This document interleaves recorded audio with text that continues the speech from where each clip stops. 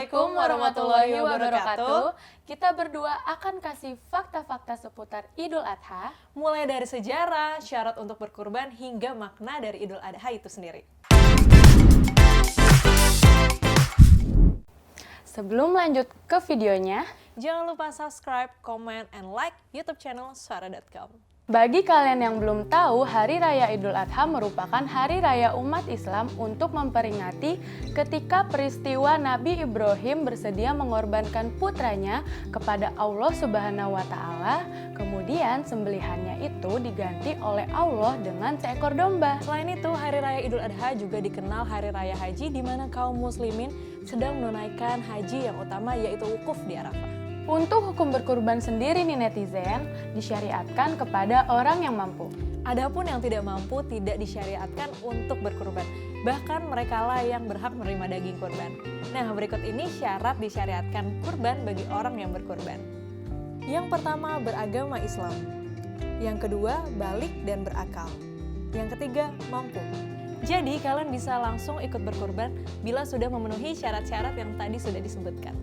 Selanjutnya, ada beberapa syarat yang harus dipenuhi untuk hewan kurban. Yang pertama, harus dari golongan binatang ternak termasuk sapi, unta, kambing, domba, biri-biri, dan yang lainnya.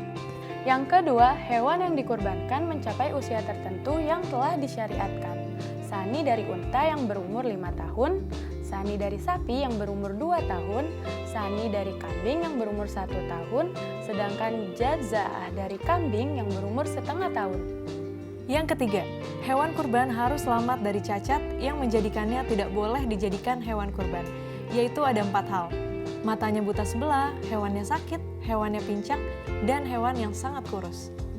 Yang keempat, hewan kurban harus menjadi milik kurbani sepenuhnya atau yang mendapatkan izin untuk berkurban.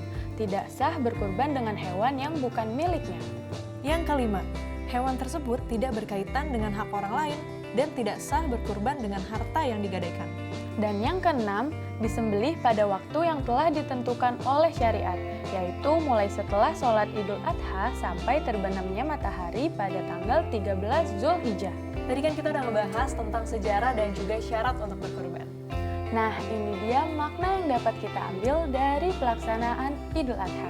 Yang pertama, dari kegiatan berkurban, kita dapat menumbuhkan semangat berbagi dan tolong-menolong untuk sesama. Yang kedua, mengajarkan umat Islam untuk selalu memberikan pengorbanan kepada segala sesuatu yang dilakukan. Yang ketiga, mempererat tali silaturahmi. Yang keempat, ikhlas atas cobaan yang diberikan. Yang kelima, melalui pelaksanaan Idul Adha menyadarkan umat Islam bahwa apa yang ada di langit dan di bumi adalah milik Allah Subhanahu wa Ta'ala. Itu dia sederetan fakta mengenai Hari Raya Idul Adha, mulai dari sejarah, syarat untuk berkurban, hingga maknanya. Semoga kalian makin tahu ya, dan lebih memaknai Hari Raya Idul Adha lebih baik lagi. Saya Denti, aku Talita, sampai ketemu lagi, dan selamat Hari Raya Idul Adha.